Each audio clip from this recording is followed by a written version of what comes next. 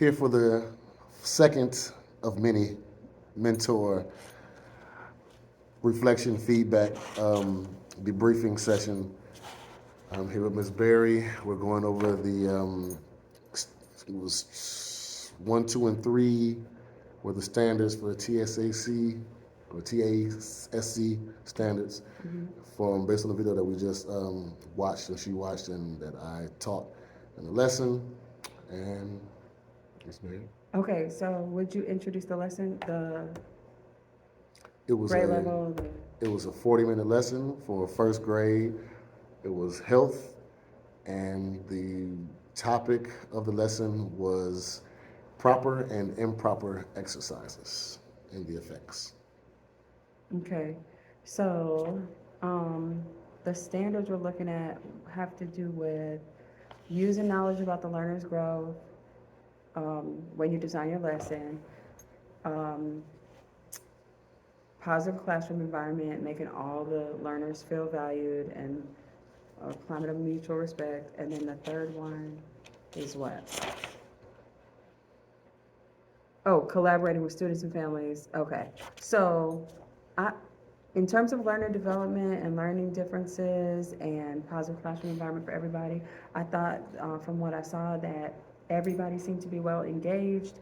I felt like the lesson allowed for differentiation to be addressed without small groups, which is especially important for us in enrichment since we only see our students once a week, and you're trying to get all of that covered in that 140-minute segment.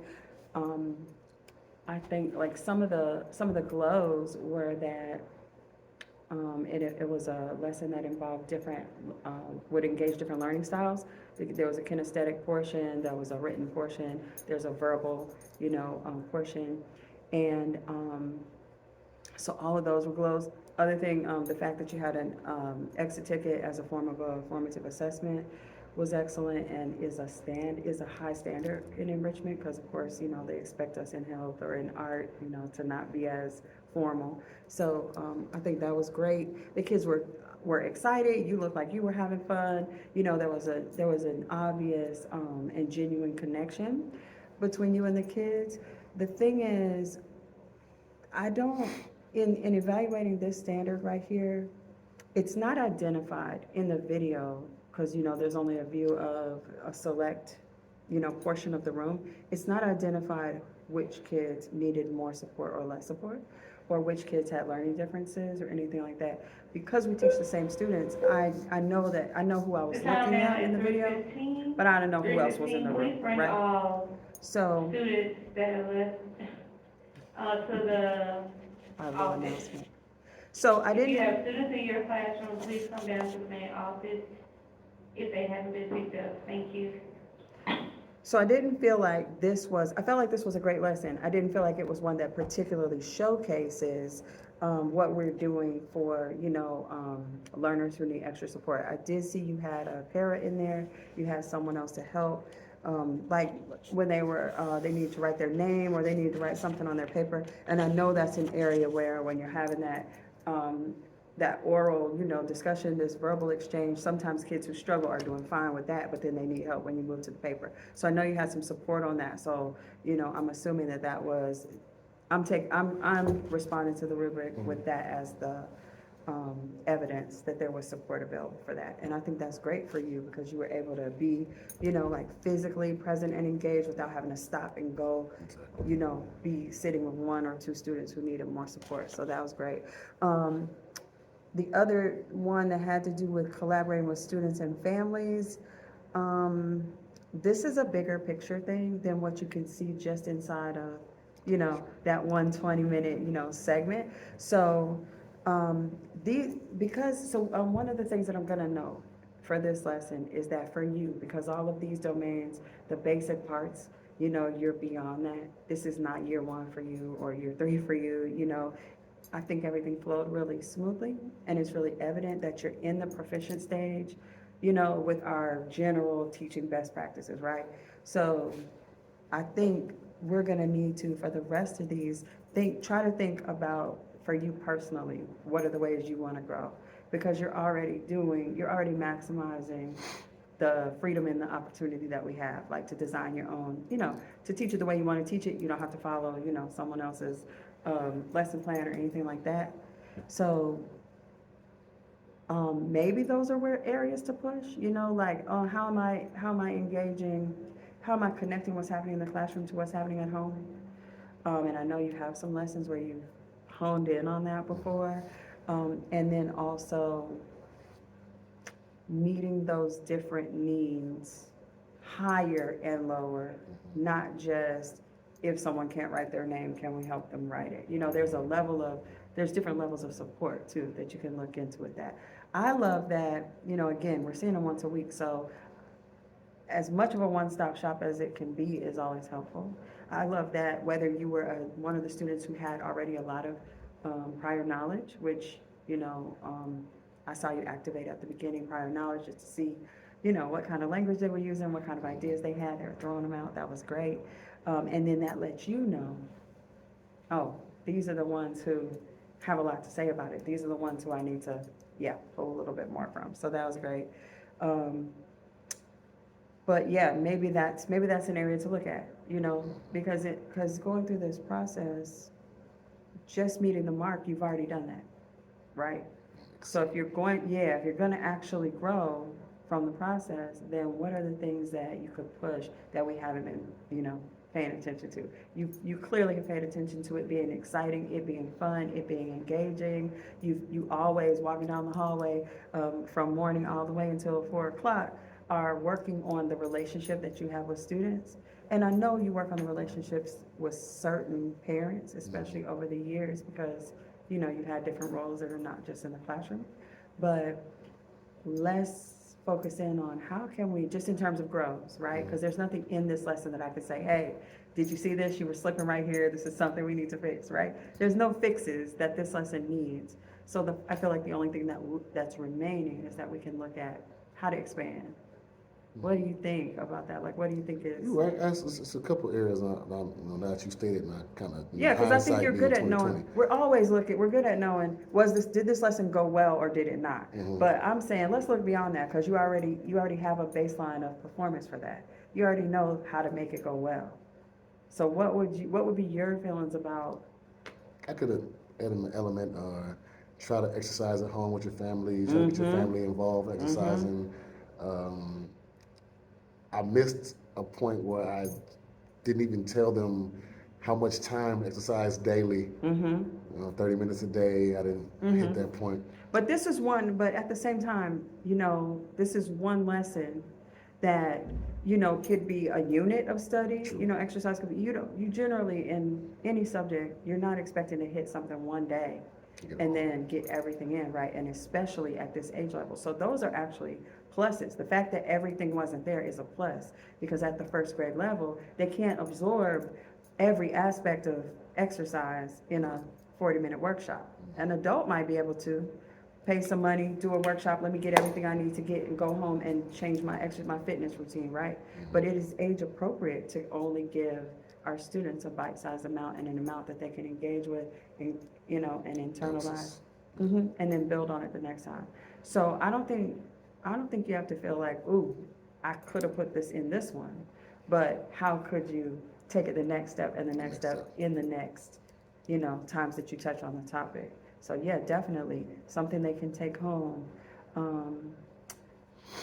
Technology we can use differently too. Like you had a written, copied, piece of paper. You could use Flipgrid, especially if it's an older group, you could use Flipgrid when they do their favorite exercise. Instead of drawing it, they could actually show it, or they could speak about it. I could have used Kahoot. Yeah. Kahoot could have worked as well. Yeah. And then, I don't know if you've ever used like Nearpod or Pear Deck, or those that let you actually create, it kind of works with Google Slides. And so it lets you, like, you could take pictures of them, doing certain, like we had the lady showing the proper form. Maybe the next step would be, let's create a workout video, a fitness video, right? Let's create one y'all can use in your classroom, or that the grade level can use in their grade level meeting, or something like that. And now we're connected to not their home necessarily, but their community, a greater community than just our classroom. So I'm just putting those things out. I'm not, we're not saying we have to do these things, but just as examples of ways to expand that are within, we already got our classroom down. Right. From Let's great to take a next outstanding. step and a next step and to make it so it stays interesting for you, True. right? Because at your, 12, Yeah, if you continue to do the same thing over and over, right. I won't be excited. one of the ways to avoid burnout is not just to vary like the content or the topics in the learning task, but the way that you do it and the reach of it, right? Mhm.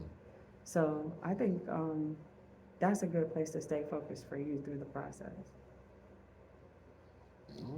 I will make sure, like you said, find ways to exceed. That's true. Because the more I challenge myself, the happier I am with the outcome, and the stronger the lesson. So. Right, and I even when I hear the word exceed, it makes me think like we're trying to get a grade, like on a rubric, we're saying, did you meet, did you exceed? Right. But that's not what I'm thinking. I'm not thinking, did you meet, or this lesson was good, how could it have been excellent? That's not how I'm thinking. I'm saying, okay, we got the classroom part, we got the mechanics of the classroom down pat. You know how to take, your learning target and, create a lesson that helps them to learn it.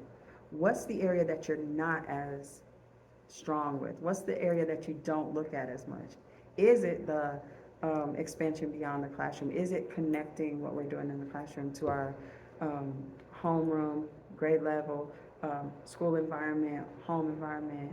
Is it the actual writing of the plan or the management of the materials? It's you would have to be the one who decides what's the thing I don't look at every day, Okay.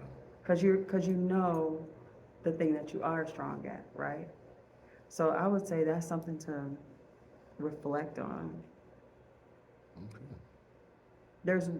So to give you an example, like I had a thing and there was this phrase, I think it was like being an advocate, I think. Or even, another, I know one that applies to yours. One thing I see is an entertainment relationship. It's an interactive entertainment delivery of your lesson. What about, how do we get to where the kids have more ownership of the lesson? Because that's one of the things that's a part of our Kendesi rubric, actually, academic ownership. And that's one of the things that, especially for us seeing them once a week, it's easier for us to control the pacing of everything, and the management of materials and stuff like that. It's one of the things that's harder for us to release. So that's one thing, even though there's nothing wrong with the lesson is good. If you wanted for them to have more academic ownership, what would that look like? Letting them lead a little more. How? Through allowing them to stand up and address the class on certain topics instead of just me being the main one. I let them elaborate more on their own questions or their own answers. Question and answer that's basic. Okay. Bigger. Can they teach the class? That's what I meant by that. I meant by having them come up front based on whether question or discussion that they answer and say, can you elaborate on that? And then tell the class more about how you think this could help them. What happens. So. Or if they learn these, what if they aren't learned these correct and incorrect ways to do these certain movements? What if they put together an exercise, a little workout for the class to do, and one student leads the workout with the proper form, and a student checks form? Or what if you put a piece of paper on the floor and they lay down on the floor in the pose that you need to be in and traced around, and then had to, post that up and make sure that their classmates were in the right pose, to get their form correct. I mean, I know this is first grade, so, And those are some things I probably would do more in the gym exactly, than in the classroom. Definitely. So Definitely I that. could see how that could work more. Probably some of those work more in the gym than in the class are going to get, once in a while to do health. So. Yeah, and I'm not saying, again, I'm not saying you should do these things. I'm just trying to brainstorm what are different ways than just us being the one who has to do all the talking, all the leading, all the prompting. What are the ways we can release some of that? That could be next level for you.